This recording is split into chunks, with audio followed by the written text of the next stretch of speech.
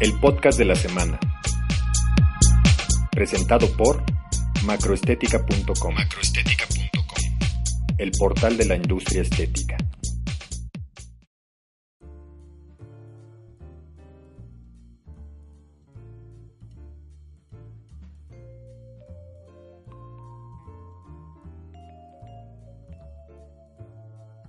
Cavitación. Aspectos indispensables. La cavitación es el método más efectivo para tratar las adiposidades localizadas. Debemos entender ampliamente a qué nos referimos con adiposidades localizadas, ya que durante años fueron consideradas como una consecuencia del aumento de peso en general o de la obesidad. No obstante, estudios metabólicos y endocrinológicos han demostrado claramente que la adiposidad localizada responde a mecanismos y causas distintas, pudiéndose definir como una situación totalmente independiente, que no siempre acompaña al sobrepeso.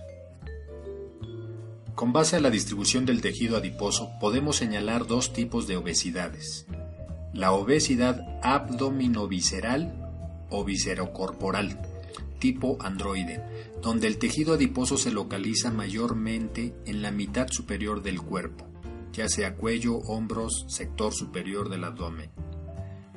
Y la obesidad femoroglútea, tipo ginecoide, caracterizada por presentar adiposidad en glúteos, caderas, muslos y mitad inferior del cuerpo.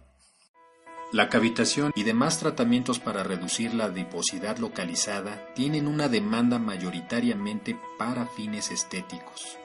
Aún no se valoran los beneficios a nivel fisiológico y metabólico que se pueden llegar a obtener con dicha reducción.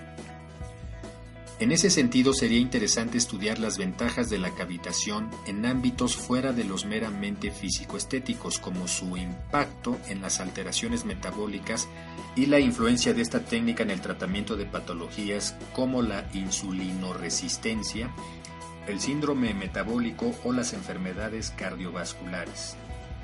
Dentro de la medicina estética, los tratamientos más populares para la lucha contra la adiposidad localizada son los que son mínimamente invasivos, desplazando a otros que generan riesgos inherentes a una cirugía, como la liposucción, donde es necesaria hospitalización y tiempo prolongado de recuperación postoperatoria. Por ello, el éxito de la cavitación ultrasónica. El término de cavitación es muy común dentro de la medicina estética, pero verdaderamente se sabe poco sobre el concepto, su definición y sus principios físicos. La cavitación es la formación de bolsas y burbujas de vapor en un medio líquido inicialmente homogéneo. Se puede definir como la ruptura mecánica del medio líquido continuo bajo el efecto de tensiones excesivas. La cavitación puede producirse en el caso de un fluido en reposo o un fluido en circulación. Un ejemplo simple en el ámbito médico y que todos podemos observar es el llenado de una jeringa por aspiración. Si la aspiración es demasiado intensa, vemos aparecer una burbuja de gas en la jeringa. En el mundo de la ingeniería, la cavitación es conocida desde hace años y es más temida que admirada. En aplicaciones industriales se busca limitar la cavitación por varias razones. La primera es que merma el rendimiento mecánico de los sistemas. En una hélice de barco, por ejemplo, la aparición de estas burbujas de aire limitan el contacto del agua alrededor de la hélice, disminuyendo considerablemente su eficacia. Además de que estas implosiones cercanas a los elementos metálicos provocan con el tiempo el deterioro de las superficies. Para observar el fenómeno de la cavitación en el ser humano, basta con crear una depresión por la decoaptación rápida de las superficies articulares. Esta depresión genera el paso de la fase líquida a la fase gaseosa de los gases disueltos en el líquido sinovial. Hablamos de un 15% de gas disuelto, que corresponde en un 80% a dióxido de carbono. La burbuja de gas que se forma es inestable, ya que se asienta en una zona de presión inferior a la del medio líquido que la envuelve. El crujido audible se debe al choque de las paredes líquidas de esta burbuja que percuten de forma brutal produciendo el ruido y una liberación de energía que afectaría la superficie cartilaginosa si este mecanismo se repitiera excesivamente. Ya sea en el sector de la industria o a nivel articular en el cuerpo humano, se puede apreciar los efectos destructores y degenerativos de la materia si es expuesta por largos periodos de tiempo o de una manera repetitiva al fenómeno de la cavitación. Retomando la aplicación de cavitación ultrasónica, cabe señalar que antes de su aplicación estética, fue utilizada desde hace décadas en fisioterapia y rehabilitación con fines terapéuticos en el tratamiento de lesiones de tejidos blandos como la tendinitis o bursitis. El dispositivo del ultrasonido consiste en un generador de alta frecuencia, energía que viaja hasta el cabezal, el cual tiene un cristal piezoeléctrico que comienza a vibrar y convierte la energía de alta frecuencia en ondas ultrasónicas. A nivel biológico, este ultrasonido produce dos tipos de efectos, térmicos y no termales. Los efectos térmicos son producidos por la fricción de las moléculas al ser estimuladas por la vibración del ultrasonido. Este efecto varía de acuerdo a qué ultrasonido se aplica, su frecuencia, duración e intensidad. La hiperemia resultante ocasiona aceleración de la tasa metabólica, reducción de dolor y espasmo muscular, alteración de la velocidad de conducción nerviosa, incremento de la circulación e incremento de la extensibilidad de los tejidos blandos. Dentro de los efectos no termales, se encuentra la formación, crecimiento y pulsación de burbujas llenas de gas. La cavitación puede ser estable o inestable. Estable cuando las burbujas oscilan de tamaño a través de los diferentes ciclos, pero no explotan, mejorando la permeabilidad celular y el flujo iónico, mientras que en la inestable, las burbujas implosionan ocasionando aumento de temperatura, aumento de presión y ruptura de tejido. Acción de la cavitación ultrasónica sobre los adipocitos. La grasa depositada en los adipocitos se encuentra en forma de triglicéridos, moléculas conformadas por glicerol y ácidos grasos libres. Cuando la membrana del adipocito se rompe por efecto del ultrasonido, los triglicéridos son liberados al espacio extracelular.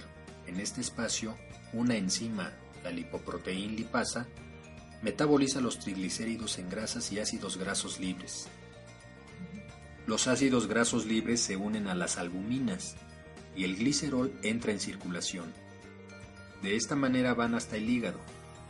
Ya en el hígado, los ácidos grasos libres y las grasas son metabolizadas y usadas en diferentes procesos metabólicos y para consumo energético requerido por el organismo. Hay que tener en cuenta que este procedimiento está contraindicado en mujeres embarazadas o lactantes, en personas con enfermedades crónicas, en obesidad extrema, personas que tengan prótesis metabólicas, marcapasos u otro estimulador implantado, ya que no sabemos si puede interferir en su funcionamiento. Tampoco debemos aplicarlo en personas con afecciones auditivas o que padezcan migraña, ya que la cavitación produce un silbido agudo y continuo que se percibe en los oídos durante toda la sesión del tratamiento.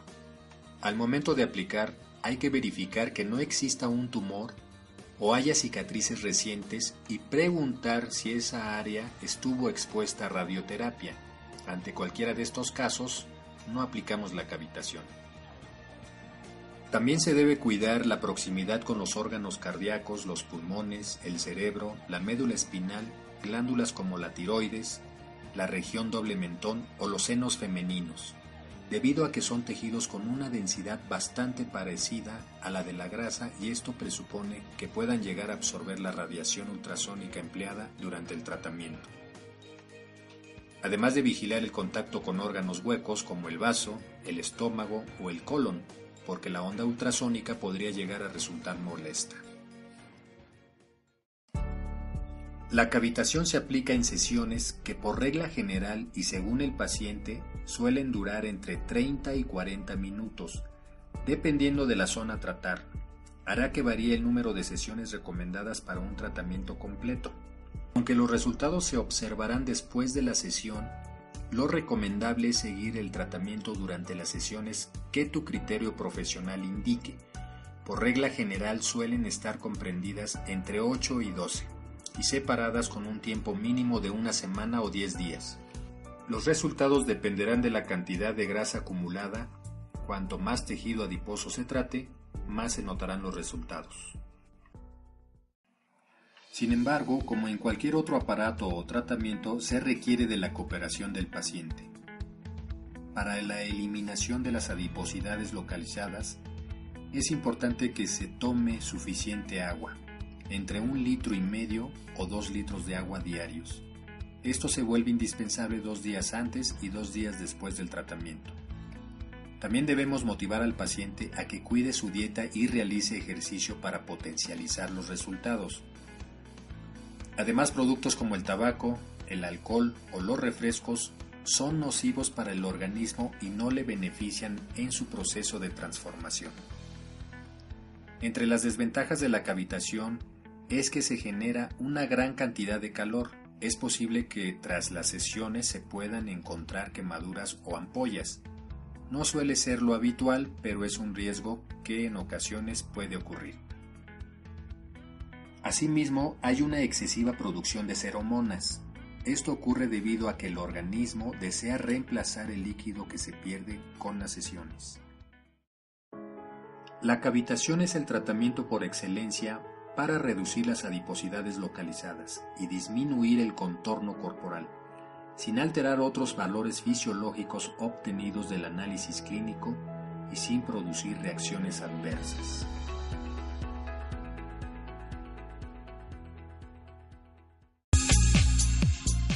Macroestética.com quiere saber tu opinión. Escríbenos a contacto@macroestética.com